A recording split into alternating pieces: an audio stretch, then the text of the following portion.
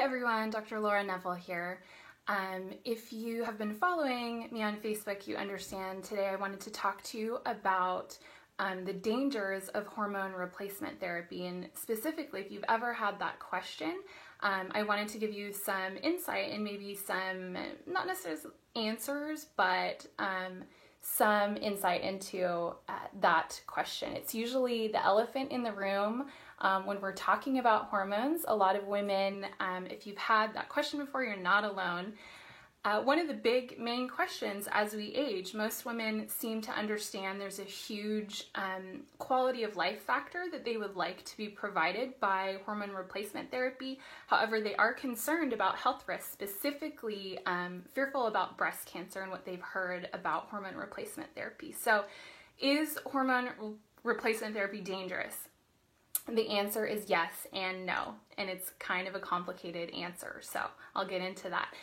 Super confusing topic for both patients and physicians, and I want to explain why that is. So we have to kind of back up a bit.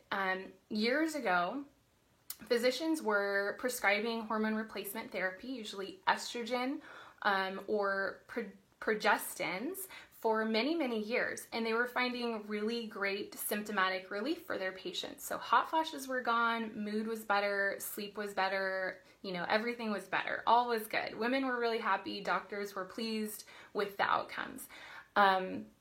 We decided to fund a really large study to the tune of $1 billion to understand how these hormones were benefiting women in all of the great ways we thought we would find. And this study was a really big deal. It was basically the gold standard in what's considered the best of the best types of studies in the medical community. It's the ones that get published in the best journals, and all physicians who are treating their patients Monday through Friday know about the gold standard studies. So this study was called the Women's Health Initiative Study. It took many, many years to understand. There was a lot of eagerness when it was about to be published. It was published in 2002. And because of that eagerness, unfortunately, the results of that study were pushed to the media and published a little too early. So that ended up being actually quite bad for a lot of women, a lot of doctors, a lot of people around the world, unfortunately. So the media reported on the findings that postmenopausal women taking what we call a combination hormone replacement therapy, so an estrogen and a progestin in that study for menopausal symptoms had an increased risk of breast cancer, heart disease, stroke, blood clots, and urinary incontinence. So a lot of bad things there. They also actually showed a benefit, meaning a lower risk to bone fracture and colorectal cancer. So those things, though, did not outweigh all of the negative effects and risk factors that we saw with all of the other things that I just mentioned. So obviously, doctors were super concerned for their patients' health, and patients were concerned. And so basically, hormone replacement therapy prescriptions just stopped. Like, they just plain stopped. Everyone, markedly was concerned, and that's totally understandable. So here's the catch. Years later, the dust settled.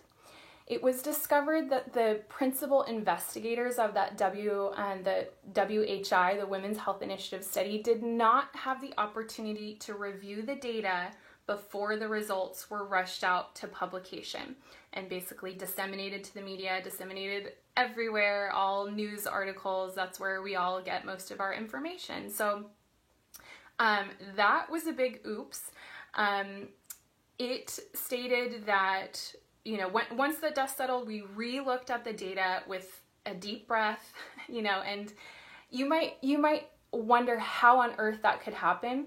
Guys, this study was massive. There's so much data within there that we have to tease through and understand, and the best of the best minds have to do that and tease out different factors and make sure we're not making any causations when there should be correlations. It gets complicated to review that much massive amount of data. So anywho, that's kind of the long and the short of it. So when we re-looked at that, it looked like actually younger women, so when I say younger women, women within 10 years of menopause actually had a very beneficial risks, reduced risks of health concerns when they were taking hormone replacement therapy. They far outweighed any risk that was seen. So that was very much the opposite of what was stated in the beginning when that study was first released. So not only that, you guys listen to this. In 2011, the International Menopause Society, or the IMS, regarded hormone replacement therapy in the following way, and kind of, everything that had happened since the Women's Health Initiative study. And I'm going to quote them because I think this is a really powerful statement that they made.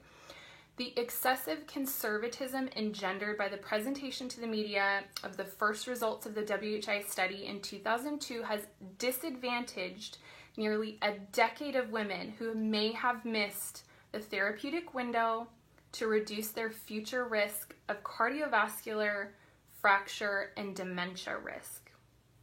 So that's huge. Guys, the number one killer of women today is cardiovascular disease. So if we're missing opportunity to help women and to reduce their health risks, that's massive. We just stopped prescribing hormone replacement therapy because of the fear surrounding those statements to the media that were done so incorrectly and too soon. It was rushed out. So it looked like actually that hormone replacement therapy, when we re-looked at that data, was protective to coronary disease. And it actually reduced overall mortality. So that means death by any factor in younger women. Younger women meaning within 10 years of menopause who were taking hormone replacement therapy. So this actually aligned with 70 years worth of previous studies that all showed benefit to estrogen and hormone replacement therapy in general. They were smaller studies. None of these studies were the gold standard, the mecca in science, and so we have to be careful when we look at any one of those in particular. But if we take a massive amount of these studies, it's pretty powerful when you look at it. But all of those got totally ignored when the Women's Health Initiative study got published, and kind of those all got pushed under the rug, and all the benefits were ignored because of that. So that was some good outcomes, some good benefits from re-looking at the data. It also showed, you guys listen to this, breast cancer rates decreased when estrogen alone was being used in that younger age range. The women who were using a combination therapy, so estrogen and progestin, had breast cancer rates that did not significantly increase after 7 years of that study duration. So very different than what we at first thought if we were reading the media interpretation of that study. Now, here's another thing I also want to bring up, the types of hormones that were being used in that study. So in the Women's Health Initiative study, they were using what's called a CEE, or a conjugated equine estrogen. So you'll sometimes see that if you're reading articles. They were also using what's called progestin. The molecule itself that they were using was called medroxyprogesterone. These terms get really confusing, so don't worry if it all sounds like mush to you. I'm going to try to break it down. These basically, the bottom line is these molecules that they were using and substances are not what we call bioidentical, meaning they are not the same molecular structure as the molecules that our body makes naturally. So conjugated equine estrogen, or conjugated estrogens, you'll sometimes see them referred to, they are sometimes sold under the brand name Premarin. Premarin comes from the contraction of the word pregnant mare urine. So these were originally pulled from pregnant female horse urine, and over time we've been able to synthetically make them in labs so that we're no longer pulling them from the actual horses, but nonetheless, that's where it comes from. Female horse urine contains more than 10 different types of estrogen. The female human body creates just 3 different types. So it's not surprising that there are different ratios and different strength and different types of estrogen in that mammal, and not the same as the human body. So we have to remember that they were using synthetic conjugated equine estrogen in the Women's Health Initiative study. Premarin that was used in that study was shown to increase the risk of what we call endometrial hyperplasia, potentially a forerunner to endometrial cancer in women. And this is why you sometimes hear this, that women with a uterus who need estrogen replacement therapy need to also be given a progestin. The progestin seems to help reduce the risk of tissue growth that is unchecked. So estrogen, one of estrogen's jobs, both for better or for worse, is to grow tissue. If that is left unchecked, and usually unchecked because it's not balanced with its other buddy hormone, progesterone, there can be too much growth. So maybe too much growth of the uterine lining, and so you get what's called endometrial hyperplasia, which is a risk factor for endometrial cancer. So that then those women are also given the combination therapy. Conjugated equine estrogen was also shown to increase the risk of blood clots and cardiovascular disease and breast cancer in women when it was combined with progestin, and only in the women who were older, meaning greater than 10 years outside of menopause. So since that study came out, conjugated equine estrogens have really fallen out of favor. We're tending in the medical community to use more bioidentical estradiol. That's actually the form of estrogen that's most typically used in Europe to treat menopausal symptoms. And here's another factor to make it all even more complicated for you. There are several different ways that estrogen can be delivered to the body. You can swallow it, so we call that oral delivery, which in my opinion the body does not like. It increases risk factors for cardiovascular disease. The liver seems to not like it. It's really not something that I personally prescribe. You can do it under the tongue. You can do it sublingually. You can do it by injection. You can do subcutaneous pellets, and you can do it topically, so like a transdermal patch or a cream. Those are all different ways that you can get the hormone into your body. And like I said, I don't see benefit with, there is benefit, but there's also enough risk factors with orally delivered estrogen that I just don't think it's a good idea. If there's any other way that we can do that, that is usually the preferred method. So here's the other hormone that we should talk about. So we talked about the estrogen part of the Women's Health Initiative study. Now we want to talk about the progestin part. When I use that term medroxyprogesterone, that's the type they were using. It's called a progestin. Unfortunately, the Women's Health Initiative study did not use bioidentical progesterone. Progesterone, when you hear that word, that means that's the natural progesterone molecule that our body creates on its own. So if you look through the internet, you look at popular magazines, you talk to most physicians, you're going to find out there's virtually no distinction made between natural and synthetic progesterone when you're discussing any type of hormone. The two, progesterone and progestin, are often lumped together under the same term called progestogen. So that gets even more confusing. But you look through even research papers, they call progestins progesterones. It's incorrect. It should not be done. It's causing a lot of issues within the medical world, and I think very, very important in my opinion, something that's often not ever talked about with this Women's Health Initiative study. And you know, relying so heavily on that data, I think it's such a huge factor that we need to talk about. So progestins are the active ingredient in birth control pills. The whole function of that is to stop ovulation. So a woman who's pregnant is actually very at risk if they take a progestin during pregnancy. It has a risk of birth defects. So, you know, progestins, right, like decreasing life, decreasing the vitality of the body to be able to ovulate and produce and to become pregnant. Then you have the exact opposite. On the other hand, progesterone is produced by pregnant women at least 30 to 50 times higher than normal. Fetus is actually bathed in this hormone during pregnancy. It's often prescribed by fertility specialists when we first know that a woman's becoming pregnant. And I mean, that's the term progestation, life, pro-vitality.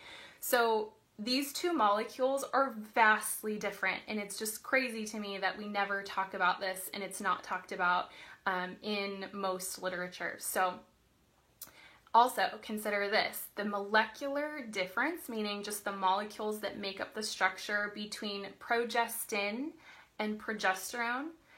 There is a greater difference between those two molecules than there is between estrogen and testosterone. You guys, that's crazy. Women are from Venus, men are from Mars. There is, we know intuitively the physiologic or the biologic response between estrogen and testosterone is so different. It's the difference usually that we're talking about between men and women. So it's not surprising that progesterone in the body is going to act very differently than progestin. Natural progesterone provides very protective benefits to the breast in many of the smaller studies.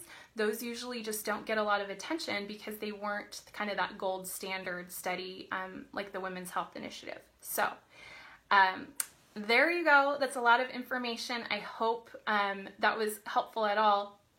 Basically, I want to say though that hormone replacement therapy is not the only way to balance hormones. Whether you're using conventional replacement therapy or you're using bioidentical, it's certainly not the only way to do it. It's probably the most direct way, but botanicals, lifestyle changes, diet, nutrients, supplements, stress management, all of those things can be utilized as well and are very impactful. If you ask yourself, is hormone replacement therapy right for you? It's a super complicated question. You and your physician alone are the only ones that can determine that. You can't determine that by watching a video here of me talking about this, but I do hope that this has been enlightening for you to understand why everyone's walking around thinking hormone replacement therapy is so dangerous, and give you the background onto why that is, right?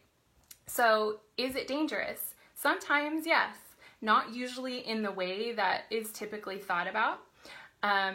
It is sometimes dangerous, more dangerous to not take it. There are factors, cardiovascular disease, osteoporosis, dementia risk. Sometimes it's more dangerous to not take it than to take it. So it totally depends on your specific situation, your age, your health status, your health history, your family history. The type of hormone that you're taking, is it bioidentical? Is it not? The route of administration or the way it's being delivered to your body. Are you swallowing it? Are you putting it under your tongue? Are you injecting it? Are you putting it on topically? All of that matters. How is your physician tracking the levels of that? The different types of testing matter very much. We can use the wrong type of testing with the wrong way that it's being delivered and totally not be able to track it very well. The dose that you're taking, are you taking what's considered a more natural human level? Are you taking what's considered supraphysiologic, meaning just massive doses of hormone that the body would never be able to make on its own? That matters. The length of time that you're taking it for, all of those things matter. So I hope that this was eye-opening for you, at least gives you a peek under the hood as to why this question is so common, so prevalent, why people are walking around with so much fear about hormone replacement therapy in general, and why it's interesting and good to take a look under the hood to understand that and to know, yes, it can be dangerous, but it can also be dangerous to not take it. And so many factors to be able to answer that question for yourself, and you need to do that with your physician. So if you guys have more interest in this type of field, head on over to my website. I've got some great articles there. You can find me on Facebook. You can find me on Instagram. You can contact me through my website as well. and I'd love to hear from you. So it's drneville.com, and that's doctor spelled out Neville.com. All right, thanks for joining me, everyone. I'll see you later.